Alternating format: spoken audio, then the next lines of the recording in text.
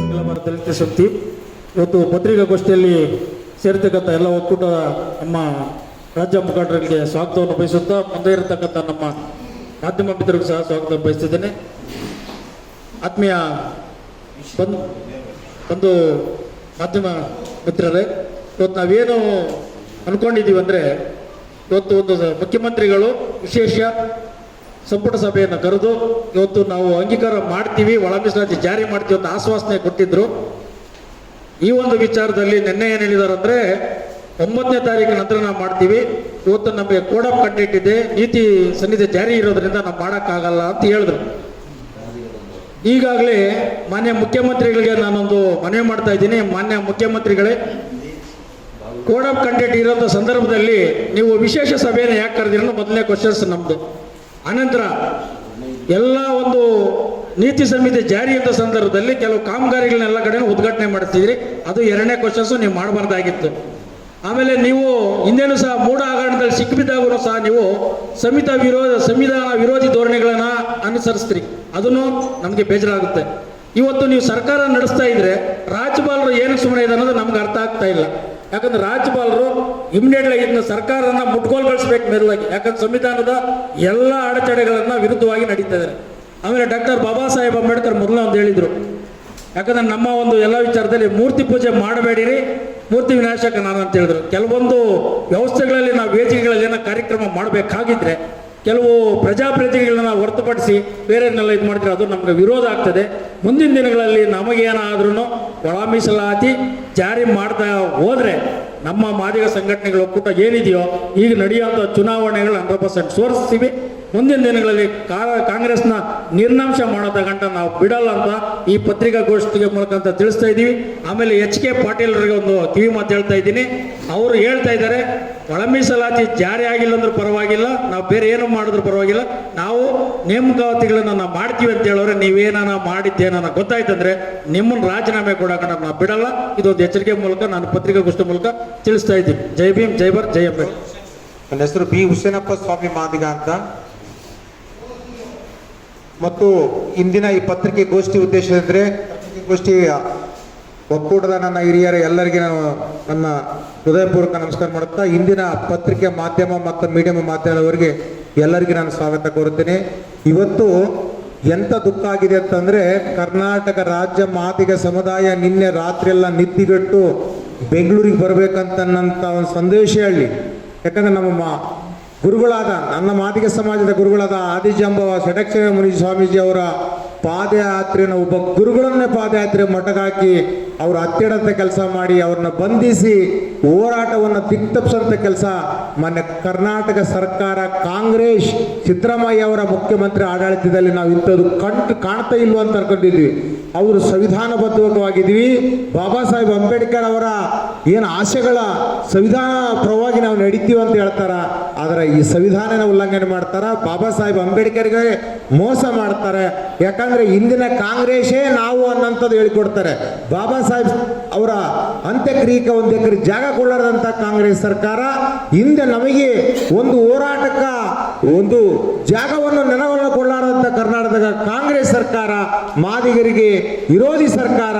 ಆ ಕಾರಣಕ್ಕಾಗಿ ಪತ್ರಿಕೆಗೋಷ್ಠಿ ಮಾಧ್ಯಮ ಉದ್ಯಮಗಳಲ್ಲಿ ಹೇಳಿದ ಉಪಚುನಾವಣೆಯಲ್ಲಿ ಕಾಂಗ್ರೆಸ್ ಸೋಲ್ಸೋದೇ ನಮ್ಮ ಗುರಿ. ನಮ್ಮ ಮಾದಿಗ ಬಂಧುಗಳಲ್ಲಿ ಉಪಚುನಾವಣೆ ಮಾದಿಗ ಬಂಧುಗಳಲ್ಲಿ ವಿನಂತಿ ಮಾಡಿಕೊಳ್ತೇನೆ, ನಮ್ಮ ಶಕ್ತಿ ಬಾಬಾ ಸಾಹೇಬ್ ಕೊಟ್ಟಿರ್ತಕ್ಕಂಥ ಮತದ ಶಕ್ತಿನೇ ದೊಡ್ಡ ಶಕ್ತಿ. ಆ ಮತಗಳ ನಿಮ್ಮ ಕಾಲಿಡ್ಕೊಂಡ್ರು ನಿಮಗೆ ಎಷ್ಟು ದುಡ್ಡು ಕೊಟ್ಟರು ಕಾಂಗ್ರೆಸ್ಗೆ ಮಾತ್ರ ಓಟ್ ಹಾಕ್ಬಾಡ್ರಿ. ಕಾಂಗ್ರೆಸ್ ನಮ್ಮ ವೈರಿ, ಕಾಂಗ್ರೆಸ್ನ ನೀವು ಸರ್ವನಾಶನ ಮಾಡ್ರಿ. ನೀವು ಯಾವ ಪಕ್ಷಕ್ಕಾದ್ರೂ ಓಟ್ ಹಾಕಿರಿ, ಆದ್ರೆ ಕಾಂಗ್ರೆಸ್ ಪಕ್ಷಕ್ಕೆ ಓಟ್ ಹಾಕ್ಬಾರ್ದು. ಕಾಂಗ್ರೆಸ್ ಪಕ್ಷವನ್ನು ಸೋಲಿಸಬೇಕು, ಅಂದಾಗ ಮಾದಿಗರ ಶಕ್ತಿ ಗೊತ್ತಾಗತ್ತನ್ನಂತ ಒಂದು ಉದ್ದೇಶ ಇಟ್ಕೊಂಡು ಮತ್ತು ಇಲ್ಲಿ ಪತ್ರಿಕೆಗೋಷ್ಠಿ ನಡೆಸ್ತಾ ಇದೀವಿ. ಇದು ಎಂಥದಂತಂದ್ರೆ ನಾವು ಇತಿಹಾಸದಲ್ಲಿ ಕೇಳ್ತಾ ಇದ್ದೀವಿ, ಹಿರಿಯರು ಹೇಳ್ತಾರೆ. ಆದ್ರೆ ನಮ್ಮ ಕಣ್ಣು ಮುಂದೆ ಇವತ್ತು ನಡೆದಿದೆ ಅಂದ್ರೆ ಬಹಳ ನಮಗೆ ಇವರು ಪ್ರಜಾಪ್ರಭುತ್ವ ವ್ಯವಸ್ಥೆಯಲ್ಲಿ ಇಲ್ಲ, ಪ್ರಜಾಪ್ರಭುತ್ವನ ಕಗ್ಗೊಲಿ ಮಾಡ್ತಕ್ಕಂಥ ಮಾನ್ಯ ಸಿದ್ದರಾಮಯ್ಯ ಮುಖ್ಯಮಂತ್ರಿ ಅವರು ಖಂಡನೆ ಮಾಡ್ತೇವೆ. ನಮ್ಮ ಸಮಾಜಕ್ಕೆ ಒಳ ಮೀಸಲಾತಿ ಜಾರಿ ಆಗೋರಿಗೆ ಬಿಡೋದಿಲ್ಲ. ಕಾಂಗ್ರೆಸ್ ಸೋಲ್ಸದೆ ನಮ್ಮ ಇಲ್ಲಿಂದ ಗುರಿಯನ್ನ ಮಾತನ್ನ ಈ ಸಂದರ್ಭದಲ್ಲಿ ಹೇಳ್ತಾ ನಾನು ಹೇಳ್ಬೇಕು. ಸ್ವಾಮೀಜಿಗಳು ಅಲ್ಲಿಂದ ಪಾದಯಾತ್ರೆ ಮಾಡ್ಕೊಂಡು ಬರ್ತಾ ಇದ್ರು. ಇವರು 27ನೇ ತಾರೀಕು ವಿಶೇಷ ಕ್ಯಾಬಿನೆಟ್ ಕರೆದಿದ್ದೀವಿ, ವಿಶೇಷ ಕ್ಯಾಬಿನೆಟ್ ಅಲ್ಲಿ ನಾವೆಲ್ಲವನ್ನು ಒಳ ಮೀಸಲಾತಿ ಪರಿಶಿಷ್ಟ ಜಾತಿಗಳ ಒಳ ಮೀಸಲಾತಿ ವರ್ಗೀಕರಣವನ್ನು ತೀರ್ಮಾನ ಅಂತಿಮ ನಿರ್ಧಾರವನ್ನು ಕೈಗೊಳ್ತೀವಿ ಅಂತ ಹೇಳಿ ಸುಳ್ಳು ಹೇಳಿದ್ರು. ಸ್ವಾಮೀಜಿಗಳಿಂದ ಪಾದಯಾತ್ರೆ ಬರ್ತಾ ಇದ್ರೆ ಅವ್ರನ್ನ ಬಂಧಿಸ್ಬಿಟ್ಟು ಪೊಲೀಸರ ದೌರ್ಜನ್ಯ ಮೂಲಕ ವಾಪಸ್ ಕಳಿಸ್ತಾರೆ. ಇದೆಂತ ದುರಂತ. ಆಮೇಲೆ ಪರ್ಮಿಷನ್ ಕೊಟ್ಟಿಲ್ಲ. ಬೇರೆ ಬೇರೆ ಸಮುದಾಯಗಳಿಗೆ ಬೇರೆ ಬೇರೆ ಹೋರಾಟಗಳಿಗೆ ಫ್ರೀಡಂ ಪಾರ್ಕ್ ಅಲ್ಲಿ ಹೋರಾಟ ಮಾಡೋದಕ್ಕೆ ಪರ್ಮಿಷನ್ ಅನ್ನ ಕೊಟ್ಟಿದ್ದಾರೆ. ಆದ್ರೆ ನಮ್ಮ ಸಮುದಾಯದ ಹೋರಾಟಕ್ಕೆ ಫ್ರೀಡಂ ಪಾರ್ಕ್ ಅಲ್ಲಿ ಪರ್ಮಿಷನ್ ಕೊಟ್ಟಿಲ್ಲ. It is criminalisation of politics. Political sponsored ಕಾರ್ಯಕ್ರಮಗಳ ಮಾತ್ರನೇ ಒಳ ಮೀಸಲಾತಿ ವಿರುದ್ಧವಾಗಿರ್ತಕ್ಕಂಥ, ಒಳ ಮೀಸಲಾತಿಯನ್ನು ವಿರೋಧಿಸ್ತಕ್ಕಂಥ, ಪ್ರಚೋದಿಸ್ತಕ್ಕಂಥ, ಒಳ ಮೀಸಲಾತಿ ವಿರುದ್ಧ ಪ್ರಚೋದನೆ ಮಾಡ್ತಕ್ಕಂಥ ಪೊಲಿಟಿಕಲ್ ಸ್ಪಾನ್ಸರ್ಡ್ ಕಾರ್ಯಕ್ರಮಗಳಿಗೆ ಮಾತ್ರನೇ ಪರ್ಮಿಷನ್ ಅನ್ನು ಕೊಟ್ಟಿದ್ದಾರೆ. ನಾವು 2ನೇ ತಾರೀಕು ಕ್ಯಾಬಿನೆಟ್ ಕರೆದಾಗಲೇ ಮಾರ್ಚ್ 2ನೇ ತಾರೀಕು ನಾವು ಹೇಳಿದ್ವಿ, ಮುಂದಿನ ದಿನಗಳಲ್ಲಿ ಉಪಚುನಾವಣೆಯಲ್ಲಿ ಸೋಲಿಸಬೇಕಾಗುತ್ತೆ, ಉಪಚುನಾವಣೆ ಬರ್ತಾ ಇದೆ, ಆಮೇಲೆ ಕೋಡ್ ಆಫ್ ಕಂಡಕ್ಟ್ ಕೂಡ ಸ್ಟಾರ್ಟ್ ಆಗ್ತಾ ಇದೆ ಅಂತ ಕೂಡ ಅವರು ಇಲ್ಲ ನಾವು 5ನೇ ತಾರೀಕು ಮಾಡ್ಬಿಡ್ತೀವಿ ಅಂತಂದ್ರು. 5ನೇ ತಾರೀಕಿಂದ 12ನೇ ತಾರೀಕು ಮಾಡ್ಬಿಡ್ತೀವಿ ಅಂದ್ರು. 12ನೇ ತಾರೀಕಿಂದ ಇವತ್ತು 22ನೇ ತಾರೀಕು ಮಾಡೋದು. 22ನೇ ತಾರೀಕು ಕೂಡ ವಿಶೇಷ ಕ್ಯಾಬಿನೆಟ್ ಅನ್ನ ಮುಂದೂಡಿದ್ದಾರೆ. ಇದರ ಅರ್ಥ ಏನು? ನಾವು ಮೈಸೂರಿನಲ್ಲಿ ಸಿದ್ದರಾಮಯ್ಯನವರಿಂದ ಪಾದಯಾತ್ರೆ ಮಾಡ್ತೀವಿ ಅಂದ್ರೆ ಅದನ್ನು ಕೂಡ ರದ್ದು ಮಾಡ್ತಾರೆ. ಡಿಸೆಂಬರ್ 11ಕ್ಕೆ ಮೈಸೂರಿನಲ್ಲಿ ಕಾರ್ಯಕ್ರಮ ಮಾಡ್ತೀವಿ, ಸಮಾವೇಶ ಮಾಡ್ತೀವಿ ಅಂದ್ರೆ 144 ಸೆಕ್ಷನ್ ತರ್ತಾರೆ. 144 ಸೆಕ್ಷನ್ ತರೋದಕ್ಕೆ ಕೆಲವು ರೂಲ್ಸ್ ಅಂಡ್ ರೆಗ್ಯುಲೇಷನ್ಸ್ ಇದೆ. ಯಾವ ರೂಲ್ಸ್ ಅಂಡ್ ರೆಗ್ಯುಲೇಷನ್ಸ್ ಇಲ್ಲದೆ 144 ಸೆಕ್ಷನ್ ತರ್ತಾರೆ. ಮತ್ತೆ ಸೋಷಿಯಲ್ ವೆಲ್ಫೇರ್ ಡಿಪಾರ್ಟ್ಮೆಂಟ್ ಅನ್ನ ಹೆಂಗೆ ಬೇಕಂತ ಆಪರೇಟ್ ಮಾಡ್ತಾರೆ. ಯಾವಾಗ ಬೇಕಾವಾಗ ಕ್ಯಾಬಿನೆಟ್ ಕರ್ತಾರೆ, ಯಾವಾಗ ಬೇಕಾವಾಗ DPR ಆದೇಶಗಳು ಮಾಡ್ತಾರೆ, ಯಾವಾಗ ಬೇಕಾವಾಗ ಎಂತ ಆದೇಶಗಳು. ಈಗಾಗಲೇ ನಾವು ನೋಡಿದಾಗ 56,437 ಹುದ್ದೆಗಳನ್ನ ಮಾಡ್ತೀವಿ ಅಂತ ಆಗಲೇ ಅನೌನ್ಸ್ ಮಾಡ್ಕೊಂಡಿದ್ದಾರೆ. ಇದೊಂದ್ ಕಡೆ ಮಾಡ್ತಾರೆ. ಇನ್ನೊಂದ್ ಕಡೆ ಕಾನೂನು ಮಂತ್ರಿಗಳು ಕಣ್ಣು ಮುಚ್ಚಿಟ್ಕೊಂಡಾರೆ. ಏನೋ ಕಾರಣದ ಕೂಡ್ರದಾರ. ಕಾನೂನು ಮಂತ್ರಿ HK ಪಾಟೀಲ್ ಅವರು ಕೂಡ್ರಾಗ್ಬಿಟ್ಟಿದ್ದಾರೆ. ಈ ದಿನದ ತುರ್ತು ಪತ್ರಿಕಾಗೋಷ್ಠಿ ಅತ್ಯಂತ ನಿರ್ಣಾಯಕ ಮತ್ತು ಮುಖ್ಯ. ಅದು ಅತ್ಯಂತ ತುರ್ತು. ಇಡೀ ರಾಜ್ಯದ ಪರಿಶಿಷ್ಟ ಜಾತಿಯವರು, ಇಡೀ ರಾಜ್ಯದ 101 ಜಾತಿಗಳು ಕೂಡ ಸಚಿವ ಸಂಪುಟದ 27ನೇ ತಾರೀಕು ಇವತ್ತು ನಡೆಯಬೇಕಾಗಿದ್ದಂತ ಸಚಿವ ಸಂಪುಟದ ಮೇಲೆ ನಿಗಾವನ್ನ ಇಟ್ಟು ಕಿವಿ ಕಣ್ಣನ್ನ ಆಲಿಸ್ತಾ ಇದ್ರು. ಆ ಇವತ್ತು ನಡೆಯಬೇಕಾದಂತ ಸಚಿವ ಸಂಪುಟ ಇಂದು ಕೇಳಿದ್ರು. ನಿನ್ನೆ ಸರ್ಕಾರ ಸಚಿವ ಸಂಪುಟವನ್ನ ನಡೆಸಿ ನಾಟಕೀಯ ರೀತಿಯಲ್ಲಿ ಸಚಿವ ಸಂಪುಟವನ್ನು ಅನಿರ್ದಿಷ್ಟ ಕಾಲ ಮುಂದಾಕಿದೆ. ಒಳ ಮೀಸಲಾತಿ ಬಗ್ಗೆ ಚರ್ಚೆಯ ವಿಶೇಷ ಸಚಿವ ಸಂಪುಟ. ಈ ಸಚಿವ ಸಂಪುಟ ಕರ್ನಾಟಕ ಸರ್ಕಾರ ನಡೆಸುವಂತ ಸಚಿವ ಸಂಪುಟ ಇದೆ. ಗುಡುಗಾಟಿಕೆ, ಇದೊಂದು ರೀತಿಯ ಚೀಟು, ಇದೊಂದು ರೀತಿಯ ಮೋಸಗಾರಿಕೆ, ತಂತ್ರಗಾರಿಕೆ, ಷಡ್ಯಂತ್ರದ ಸಚಿವ ಸಂಪುಟ ಆಗಿದೆ. ಅದರಲ್ಲೂ ಪರಿಶಿಷ್ಟ ಜಾತಿಯವರನ್ನ, ಅದರಲ್ಲೂ ಮಾದಿಗ ಮತ್ತು ಮಾದಿಗ ಸಂಬಂಧಿತ ಜಾತಿಗಳನ್ನ ವೋಟ್ ಬ್ಯಾಂಕ್ ಆಗಿ ಇಟ್ಕೊಂಡಂತ ಸಿದ್ದರಾಮಯ್ಯನವರು ಮತ್ತು ಕಾಂಗ್ರೆಸ್ ಸರ್ಕಾರ ಇವತ್ತು ಕೂಡ ಅವರ ಮತದ ಬ್ಯಾಂಕ್ಗೆ ಕನ್ನ ಹಾಕೋದ್ರ ಮೂಲಕ, ಅವರ ಹಣಕ್ಕೆ ಕನ್ನ ಹಾಕೋದ್ರ ಮೂಲಕ ಮೋಸವನ್ನ, ವಂಚನೆಯನ್ನ ಮಾಡ್ಕೊಂಡು ಬಂದಿದೆ. ನಾವು ಮೊದಲನೇದಾಗಿ ತಮ್ಮಲ್ಲಿ ಅತ್ಯಂತ ವಿನೀತ ಮನವಿ ಮಾಡೋದು, ಇಡೀ ರಾಜ್ಯದ ಮತ್ತು ದೇಶದ ನಾಗರಿಕರಲ್ಲಿ ಒಬ್ಬ ಸಮಾಜದ ಗುರುಗಳು, ಹಿರಿಯೂರು ಮೂಲ ಮಠದ ಆದಿಜಾಂಬವ ಮಠದ ಷಡಕ್ಷರಿ ಮುನಿಗಳು 350 ಕಿಲೋಮೀಟರ್ ಹರಿಹರದಿಂದ ಬಿ ಕೃಷ್ಣಪ್ಪನವರ ಸ್ಮಾರಕದಿಂದ, ಸಮಾಧಿಯಿಂದ ಬೆಂಗಳೂರಿಗೆ ಜಾಥಾವನ್ನು ಬಂದು ಉರಿ ಬಿಸಿಲಿನಲ್ಲಿ ಹುಷಾರಿಲ್ಲರೂ ಕೂಡ ನೆಡಕ ಬಂದು ಕಾಲು ಮೈಕೈ ನೋವಿನ ಆಸ್ಪತ್ರೆಗೆ ಅಡ್ಮಿಟ್ ಆಗಿ ಬಂದಂತ ಸ್ವಾಮೀಜಿಗಳನ್ನ ನೆಲಮಂಗಲದ ರಸ್ತೆಯಲ್ಲಿ ನೂರಾರು ಪೊಲೀಸರು ಹಿಡಿದು ಎಳೆದಾಡಿ ಬಟ್ಟೆಗಳನ್ನ ಜಕ್ಕಿ ಅವರನ್ನ ಜಕ್ಕಿ ಎಳೆದು ಬಂಧನ ಮಾಡುವುದನ್ನು ನಾವು ತೀವ್ರವಾಗಿ, ಉಗ್ರವಾಗಿ ಖಂಡಿಸ್ತಾ ಇದ್ದೇವೆ. ಜೊತೆಗೆ ಆ ದೃಶ್ಯವನ್ನು ನೋಡಿದ್ರೆ ತುಂಬಾ ನೋವು. ನಮ್ಮನ್ನೆಲ್ಲನೂ ಕೂಡ ಎಳೆದು ಬಸ್ಸಿಗೆ ತಳ್ಳಿ ಸ್ವಾಮೀಜಿ ಅವರನ್ನ ಬಂಧನ ಮಾಡ್ತಾರಲ್ಲ, ಅವರು ಈ ಜನದ ನೋವನ್ನ ನುಡಿಸೋದಕ್ಕೋಸ್ಕರ, ಈ ಜನದ ಕಣ್ಣೀರು ಒರೆಸೋದಕ್ಕೋಸ್ಕರ ಅವರು ನಡೆದು ಬಂದ್ರೆ ಇಡೀ ಸಂವಿಧಾನಕ್ಕೆ ಅಪಚಾರವನ್ನ ಮಾಡಿ ಪ್ರಜಾಪ್ರಭುತ್ವ ಅಭಿವ್ಯಕ್ತಿ ಸ್ವಾತಂತ್ರ್ಯ ಹರಣವನ್ನ ಮಾಡಿ ಸ್ವಾಮೀಜಿಯವರು ಬಂಧನ ಮಾಡ್ತೀರಿ. ನೀವು ಬೇರೆ ಸ್ವಾಮೀಜಿಯವರನ್ನ, ಲಿಂಗಾಯತ ಸ್ವಾಮೀಜಿಗಳು ಅಥವಾ ಒಕ್ಕಲಿಗ ಸಮಾಜದ ಸ್ವಾಮೀಜಿಗಳನ್ನ ಬಂಧನ ಮಾಡಿ ಜೈಲಿಸ್ಕೊಳಕ್ ಆಗದೇನ್ರಿ ಸಿದ್ದರಾಮಯ್ಯನವರು? ಒಬ್ಬ ಕೆಳವರ್ಗದ ಸ್ವಾಮೀಜಿಗಳು ಅಂತ ಹೇಳಿ ಒಬ್ಬ ಈ ದೇಶದ ಹಿರಿಯ ಗುರುಗಳನ್ನ ನೀವು ಎಳೆದಾಡಿ ಬಡ್ಡಿಯನ್ನ ಜಗ್ಗಿ ಅವರನ್ನ ಅಪರಾಧಿ ದರೋಡೆಕೋರ ಕಳ್ಳನ ರೀತಿಯಲ್ಲಿ ಎಳೆದು ಬಸ್ಗೆ ತಳ್ಳಿರಲ್ಲ, ನಾಚಿಕೆ ಅಲ್ವಾ ನಿಮಗೆ? ಇದು ನೋವು. ಅದನ್ನು ನೋಡಿದಂತಹ ನಾಗರಿಕರು ಆ ಸಮಾಜದ ಭಾವನಾತ್ಮಕ ಸಂಬಂಧಗಳಿಗೆ ಸಿಡಿಲು ಬಡಿದಿದೆ. ಇದನ್ನು ಮತ್ತೇದಾಗಿ ಇವತ್ತು ಸಭೆಯಲ್ಲಿ ಖಂಡನೆಯನ್ನ ಮಾಡಿದ್ದೇವೆ. ಎರಡನೇದಾಗಿ ಏನು ಸಚಿವ ಸಂಪುಟ ಮುಂದೂಡಿದ್ದೀರಲ್ಲ, ಈ ಸಚಿವ ಸಂಪುಟ ನೀತಿ ಸಂಹಿತೆ ಒಳ ಮೀಸಲಾತಿರುವ ನೀತಿಗೂ ಸಂಹಿತೆ ಸಂಬಂಧ ಏನ್ರಿ? ಈಗಾಗಲೇ ವಿಧೇಯಕ ಆಗಿದೆ, ರಾಜ್ಯಪಾಲರ ಅಂಕಿತ ಆಗಿದೆ, ಉಭಯ ಸದನಗಳ ತೀರ್ಮಾನ ಆಗಿದೆ. ನೀವು ಹೊಸ ಯೋಜನೆಗಳಿಗೆ ಹೊಸ ಮಾದರಿಯ ಜಾರಿಯಾಗೋದಕ್ಕೆ ನೀತಿ ಸಂಹಿತೆ ಇದೆ. ಇದೀಗಾಗಲೇ ವಿಧೇಯಕ ಆಗಿರೋದನ್ನ ನೀತಿ ಸಂಹಿತೆ ಗಂಟಿರಲ್ಲ, ನೆಪ ಹೊಡ್ತಿರಲ್ಲ, ಇದು ಸರಿಯಾದ ಕ್ರಮ ಅಲ್ಲ. ನೀತಿ ಸಂಹಿತೆಗೂ ಸಚಿವ ಸಂಪುಟ ನಡೆಸೋದಕ್ಕೂ ಎತ್ತಡೆ ಸಂಬಂಧ ಆಗ್ತದೆ.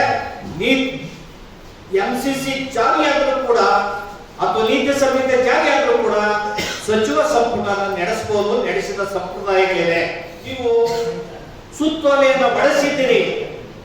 ಹೊಸ ಉದ್ಯೋಗ ನೇಮಕಾತಿ ಏನಲ್ಲ, ಇರೋ ಉದ್ಯೋಗಗಳಲ್ಲಿ ನೀವು ಮೀಸಲಾತಿಯನ್ನು ಅಳವಡಿಸಿ ಅಂತ ಅಷ್ಟೇ ಇರೋ ಸಬ್ಜೆಕ್ಟ್. ನೀವು ನೀತಿ ಸಂಹಿತೆಯನ್ನು ತಳುಕಾಕಿ ಸಚಿವ ಸಂಪುಟವನ್ನ ಮುಂದಕ್ಕೆ ಹಾಕೋದಿದೆಯಲ್ಲ, ಇದು ಮೋಸ ಮಾಡುವಂಥದ್ದು, ವಂಚನೆ ಮಾಡುವಂಥದ್ದು. ಮತ್ತೆ ಉಪಚುನಾವಣೆ ದಾವಣಗೆರೆ ಬಾಗಲಕೋಟೆ ನಡೀತದಲ್ಲ, ಮತ ಬ್ಯಾಂಕ್ ಅನ್ನ ಬಳಸ್ಕೊಳ್ಳುವಂತ ತಂತ್ರಗಾರಿಕೆ ಅನ್ನೋ ಮಾತಲ್ಲಿ ಸಂದರ್ಭದಲ್ಲಿ ಹೇಳೋದ್ರ ಮೂಲಕ ನೀವು ಚುನಾವಣೆಗೆ ಈ ಮತಗಳ ದರೋಡೆಯನ್ನ ಮಾಡಿ ಸಿದ್ದರಾಮಯ್ಯನವರೇ ಎಷ್ಟು ವರ್ಷಗಳು ಕೂಡ ಇದೇ ರೀತಿಯಲ್ಲಿ ವಂಚನೆ ಮಾಡಿಕೊಂಡು ಚುನಾವಣೆಯಲ್ಲಿ ಗೆದ್ಕೊಂಡು ಇನ್ನೆಷ್ಟು ದಿನ ಮುಖ್ಯಮಂತ್ರಿಗಳಾಗಿ ಹೋಗ್ತೀರಿ? ನೀವು ಪರಿಷ್ಠ ಜಾತಿಯವರು ಮುಖ್ಯಮಂತ್ರಿ ಆಗ್ಬೋದಿದ್ದನ್ನ ತಡೆದು ನೀವು 2 ಅವಧಿಯಲ್ಲಿ ಮುಖ್ಯಮಂತ್ರಿ ಆಗಿ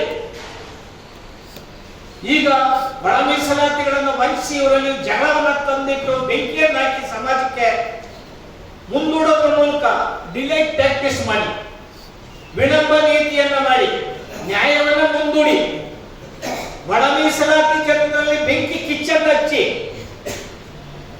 ನೀವು ಮಾಡೋದಿದೆಯಲ್ಲ, ಇದು ಅದಕ್ಕೆ ಸಭೆ ನಿರ್ಣಯ ಮಾಡಿದ್ದೇವೆ. ದಾವಣಗೆರೆ ಬಾಗಲಕೋಟೆಯ ಉಪ ಚುನಾವಣೆಯಲ್ಲಿ ನಿಮ್ಮ ಕಾಂಗ್ರೆಸ್ ಪಕ್ಷವನ್ನ ಅದ್ ಹೆಂಗ್ ಗೆಲ್ಲಿಸ್ತೀವಿ ಸೋಲಿಸ್ತೀವಿ ಅನ್ನೋದನ್ನ ನಿಮ್ಮನ್ನ ಪಕ್ಷದಲ್ಲಿ ಸೋಲ್ಸಕ್ಕೋಸ್ಕರ ನಿರ್ಣಯವನ್ನ ಪಾಸ್ ಮಾಡಿದ್ದೇವೆ. ಶಾಸನಬದ್ಧ ಹಣಗಳನ್ನ SCP TSP ಅಂತ 39,000 ಕೋಟಿ ಹಣ, ಇದ್ರೆ ಕಾಂಟ್ರಾಕ್ಟ್ ಕೊಡಬೇಕಾದಂತ 36,000 ಕೋಟಿ ಹಣ ಬಿಡುಗಡೆ ಆಗಿಲ್ಲ. ಅನೇಕ ಹೋರಾಟಗಳು ನಡೀತದೆ. ಅಂಗನವಾಡಿ ಕಾರ್ಯಕರ್ತರ ಹೋರಾಟ, ಪೌರ ಕಾರ್ಮಿಕರ ಹೋರಾಟ, ಆಶಾ ಕಾರ್ಯಕರ್ತರ ಹೋರಾಟ, ಶಿಕ್ಷಕರ ಹೋರಾಟ, ನೌಕರರ ಹೋರಾಟ, ಕೂಲಿ ಕಾರ್ಮಿಕರ ಹೋರಾಟ, ರೈತರ ಹೋರಾಟ ಎಲ್ಲ ನಡೀತಿದ್ರು ಕೂಡ ಡೆಮಾಕ್ರಸಿಗೆ, ಪ್ರಜಾಪ್ರಭುತ್ವಕ್ಕೆ, ಸಂವಿಧಾನ ಬೆಲೆ ಕೊಡದಲೆ ಯಾರ ಮನವಿಗಳನ್ನು ಸಿದ್ದರಾಮಯ್ಯ ಸರ್ಕಾರ ಆಲಿಸಿಲ್ಲ. ಆ ಕಾರಣದಿಂದ ಕಾನೂನು ಸುವ್ಯವಸ್ಥೆ ರಾಜ್ಯದಲ್ಲಿ ಹದಗೆಟ್ಟಿದೆ. ಆದ್ದರಿಂದ ರಾಷ್ಟ್ರಪತಿ ಆಡಳಿತವನ್ನ ರಾಜ್ಯಕ್ಕೆ ತರಬೇಕು ಅಂತ ಹೇಳಿ ಸಿದ್ದರಾಮಯ್ಯ ಸರ್ಕಾರದ ಕೂಡಲೇ ವಜಾ ಮಾಡಬೇಕು, ಸಿದ್ದರಾಮಯ್ಯ ಸರ್ಕಾರದ ಕೇಂದ್ರ ಸರ್ಕಾರ ಕೂಡಲೇ ವಜಾ ಮಾಡಬೇಕು ಅಂತ ಆಗ್ರಹವನ್ನು ಮಾಡೋದ್ರ ಮೂಲಕ ಸಿದ್ದರಾಮಯ್ಯನವರು ತತ್ಕ್ಷಣ ರಾಜೀನಾಮೆಯನ್ನು ಕೊಡಬೇಕು ಅಂತ ಹೇಳಿ ಒತ್ತಾಯವನ್ನು ಮಾಡ್ತಾ ಇದ್ದೇವೆ. ಯಾಕಂದ್ರೆ ರಾಜ್ಯದಲ್ಲಿ 20 ಜಿಲ್ಲೆಗಳಲ್ಲಿ ಸಾಮಾಜಿಕ ಬಹಿಷ್ಕಾರ ಇದೆ ಪರಿಶಿಷ್ಟ ಜಾತಿಯವರ ಮೇಲೆ. 3.6 ಮಾತ್ರ ಶಿಕ್ಷೆಗಳ ಪ್ರಮಾಣ ದೌರ್ಜನ್ಯಗಳಿಗೆ. ಅದು ಇನ್ನ ಕುಸಿತ ಇದೆ. ಎಲ್ಲ ಅಪರಾಧಿಗಳು ಬಿಡುಗಡೆ ಆಗ್ತಾರೆ. ಹೆಣ್ಮಕ್ಳಿಗೆ ರಕ್ಷಣೆ ಇಲ್ಲ, ಪರಿಶಿಷ್ಟ ಜಾತಿಯವರ ರಕ್ಷಣೆ ಇಲ್ಲ. ಅವರ ಕೂಲಿಗಳು ಅಥವಾ ಅವರ ಸಂಪತ್ತನ್ನ ಅಥವಾ ಸಂಪಾದನೆಯನ್ನು ಹೆಚ್ಚು ಮಾಡೋದಕ್ಕಿಂತ ಕಡಿಮೆಯಾಗಿದೆ. ಬಡತನ ಜಾಸ್ತಿ ಆಗಿದೆ, ಅಹಂಕಾರ ಜಾಸ್ತಿ ಆಗಿದೆ, ನಿರುದ್ಯೋಗ ಜಾಸ್ತಿ ಆಗಿದೆ, ಮತ್ತೆ ಜಾತಿ ಕೋಮುವಾದ ಆಕರ್ಷಣೆ ಜಾಸ್ತಿ ಆಗಿದೆ, ಅಲ್ಲಲ್ಲಿ ಹೊಡೆದಾಟ ಪಡೆದಾಟಗಳು ಜಾಸ್ತಿ ಆಗಿದ್ದಾವೆ. ಆದ್ದರಿಂದ ಸಿದ್ದರಾಮಯ್ಯ ಸರ್ಕಾರದಲ್ಲಿ ಅರಾಜಕತೆ ಹೆಚ್ಚಾಗಿರೋದ್ರಿಂದ ಕೂಡಲೇ ಅವರ ಸರ್ಕಾರವನ್ನ ವಜಾ ಮಾಡಬೇಕು ಅಂತೇಳಿ ಈ ಮೂಲಕ ಆಗ್ರಹವನ್ನ ಮಾಡ್ತಾ ಇದ್ದೇವೆ. ಯಾವುದೇ ತಾಂತ್ರಿಕ ಅಡಚಣೆಗಳಿಲ್ಲ. ಇದು ಸಿದ್ದರಾಮಯ್ಯ ಅವರು ಒಳ ಮೀಸಲಾತಿಯ ವಿರೋಧಿಗಳ ಜೊತೆಯಲ್ಲಿ ಕೈ ಜೋಡಿಸಿ ಅವರ ಜೊತೆಯಲ್ಲಿ ಓಲೈಕೆ ರಾಜಕಾರಣ ಮಾಡಿ ಆದಷ್ಟು ದಿನ ನಾವು ಅಧಿಕಾರದಾಗ ಮುಂದುವರಿಬೇಕು ಅನ್ನೋ ಕಾರಣಕ್ಕೋಸ್ಕರ ಅಲೆಮಾರಿಗಳು ಅನ್ಯಾಯ ಮಾಡಿದ್ದಾರೆ, ಮಾದಿಗ ಸಂಬಂಧಿತ ಜಾತಿಗಳು ಅನ್ಯಾಯ ಮಾಡಿದ್ದಾರೆ, ಮತ್ತೆ ಬೀದಿಗೆ ಬಡದಾಡತರ ಮಾಡಿದ್ದಾರೆ. ಆ ಕಾರಣದಿಂದ ನಾವು ಕೊನೆಯದಾಗಿ ಹೇಳಬೇಕು ಅಂದ್ರೆ ಯಾವುದೇ ಒಬ್ಬರ ಪರವಾಗಿ ನಾವು ಹೋರಾಟವನ್ನ ಮಾಡ್ತಾ ಇಲ್ಲ. ಪರಿಶಿಷ್ಟ ಜಾತಿಯಲ್ಲಿ ಇರ್ತಕ್ಕಂಥ 101 ಜಾತಿಗಳಿಗೂ ಸಮನಾಗಿ ಮೀಸಲಾತಿಯನ್ನು ಹಂಚಿಕೆ ಮಾಡಿದ್ರೆ ಜಗಳಗಳು ಸಮಾಪ್ತಿ ಆಗ್ತವೆ, ಜಗಳಗಳು ನಿಲ್ತವೆ. ಈ ಸಮಾಜವನ್ನು ಹೊಡೆದಾಟ ಮಾಡಿ ಬಾಬಾ ಸಾಹೇಬ್ ಅಂಬೇಡ್ಕರ್ಗೆ ಸಂವಿಧಾನ ಬಹುಮಾನ ಮಾಡಿ ಬಾಬಾ ಸಾಹೇಬರು ಈ ಸಮಾಜವನ್ನು ಸಮಷ್ಟಿಯಾಗಿ ಕಟ್ಟಿದ್ರು. SC ST OBC ಧಾರ್ಮಿಕ ಅಲ್ಪಸಂಖ್ಯಾತರು, ಮಹಿಳೆಯರು, ಈ ನಾಡಿನ ಸಮಸ್ತ ಜನತೆಗೂ ಕೂಡ ಒಂದು ಒಳಿತನ್ನು ಬಯಸಿ ಸಮಾನತೆಯನ್ನು ಉಂಟು ಮಾಡೋದಕ್ಕೋಸ್ಕರ ದೇಶದ ಅಭಿವೃದ್ಧಿ ಮಾಡಕ್ಕೆ ಸಂವಿಧಾನ ಆಜ್ಞೆಗಳಿವೆ, ಬಾಬಾ ಸಾಹೇಬರ ಚಿಂತನೆಗಳಿವೆ. ಆ ಚಿಂತನೆಗಳ ವಿರುದ್ಧ ಅಂಬೇಡ್ಕರ್ ಹೆಸರು ಯಾರ್ಯಾರು ಹೇಳಿ ಹೋಗ್ತಾ ಇದ್ದೀರಿ, ಸಂವಿಧಾನ ಅಂತ ಯಾರ್ಯಾರು ಹೋಗ್ತಾ ಹೇಳ್ತಾ ಇದ್ರಿ, ಅಂಬೇಡ್ಕರ್ ವಾದ ಅಂತ ಯಾರು ಹೋಗ್ತಾ ಇದ್ದೀರಿ, ಅಂಬೇಡ್ಕರ್ ಚಿಂತನೆ ಅಂತ ಯಾರು ಹೇಳ್ತಾ ಇದ್ದೀರಿ. ಇವತ್ತು ಒಳ ಮೀಸಲಾತಿಯನ್ನು ಯಾರು ಒಪ್ಕೊಂಡಿಲ್ಲ ಅವರು ಅಂಬೇಡ್ಕರ್ ಚಿಂತನೆ ವಿರೋಧಿಗಳು, ಸಂವಿಧಾನ ವಿರೋಧಿಗಳು. ಇದು ಪಕ್ಕ ನೇರ. ನೀವು ಆತ್ಮಾವಲೋಕನ ಮಾಡ್ಕೊಳ್ಳಿ, ಆತ್ಮವಿಮರ್ಶನೆ ಮಾಡ್ಕೊಳ್ಳಿ. ನಾವು ಯಾವ ಜಾತಿವಾದಿಗಳಲ್ಲ, ನಾವೆಲ್ಲರೂ ಕೂಡ ಈ ಸಮಾಜದ ಈ ನಾಡಿನ ಮಕ್ಕಳು ಎಲ್ಲರೂ ಪ್ರೀತಿಸ್ತೀವಿ, ಎಲ್ಲರೂ ಕೂಡ ಸಂವಿಧಾನ ಆಜ್ಞೆಗಳನ್ನು ಒಪ್ಕೊಳ್ತೀವಿ. ಯಾರು ಒಪ್ಕೊಳ್ಳಲ್ಲ ಅವರು ದೇಶ ವಿರೋಧಿಗಳಾಗ್ತಾರೆ, ಸಂವಿಧಾನ ವಿರೋಧಿಗಳಾಗ್ತಾರೆ ಅಂತ ಹೇಳೋದ್ರ ಮೂಲಕ ಇದರಲ್ಲಿ ನಂಬರ್ ಒನ್ ಸಂವಿಧಾನ ವಿರೋಧಿ, ನಂಬರ್ 1 ಪ್ರಜಾಪ್ರಭುತ್ವ ವಿರೋಧಿ, ನಂಬರ್ 1 ಸಮಾಜ ವಿರೋಧಿ, ನಂಬರ್ 1 ಮಾದಿಗ ಸಮಾಜದ ವಿರೋಧಿ ಸಿದ್ದರಾಮಯ್ಯನವರು. ಇವರು ಮಾದಿಗ ಕೊಡುವೈರಿ ಎನ್ನುವ ಮಾತನ್ನ ಹೇಳಿ ಕೂಡಲೇ ಕೊಲ್ಲಬೇಕು ಸಿದ್ದರಾಮಯ್ಯನವರು. ಈ ಕಾಂಗ್ರೆಸ್ ಪಾರ್ಟಿ ಕೊಲ್ಲಬೇಕು. ಕಾಂಗ್ರೆಸ್ ಪಾರ್ಟಿ ಮುಕ್ತವನ್ನ ಮಾಡೋದಕ್ಕೆ ಎಲ್ಲ ಮಾದಿಗ ಸಮಾಜದ ಸಂಘಟನೆಗಳು ನೀವು ಸ್ವಾಭಿಮಾನದಿಂದ ಹೋರಾಟವನ್ನು ಕಟ್ಟಿ ಕಾಂಗ್ರೆಸ್ ಅನ್ನು ಮುಕ್ತ ಮಾಡಿದ್ರೆ ನೀವು ದೇಶದ ಅಭಿವೃದ್ಧಿಯಲ್ಲಿ ಬರ್ತೀರಿ, ನಿಮ್ಮ ಜೀವನ ಅಭಿವೃದ್ಧಿ ಆಗ್ತದೆ, ನಿಮ್ಮ ಮಕ್ಕಳ ಜೀವನ ಪಾವನ ಆಗ್ತದೆ. ಇಲ್ಲ ಅಂದ್ರೆ ನಿಮ್ಮ ಮಕ್ಕಳ ಜೀವನಗಳು ಪರಿಶಿಷ್ಟ ಜಾತಿಯವರ ಎಲ್ಲರ ಮಕ್ಕಳ ಜೀವನಗಳು ಅಧೋಗತಿಗೆ ಆಗ್ತದೆ. 2 ಲಕ್ಷ ಉದ್ಯೋಗಗಳು ಕೈ ತಪ್ಪು ಹೋಗ್ತವೆ. ಪರಿಶಿಷ್ಟ ಜಾತಿ ವಂಚೂನ ಅಂತ ಮನಸ್ಥಿತಿಯಿಂದ ನೀವು ಇಟ್ಕೋಬೇಕು. ಈ ಒಳ ಮೀಸಲಾತಿಯನ್ನು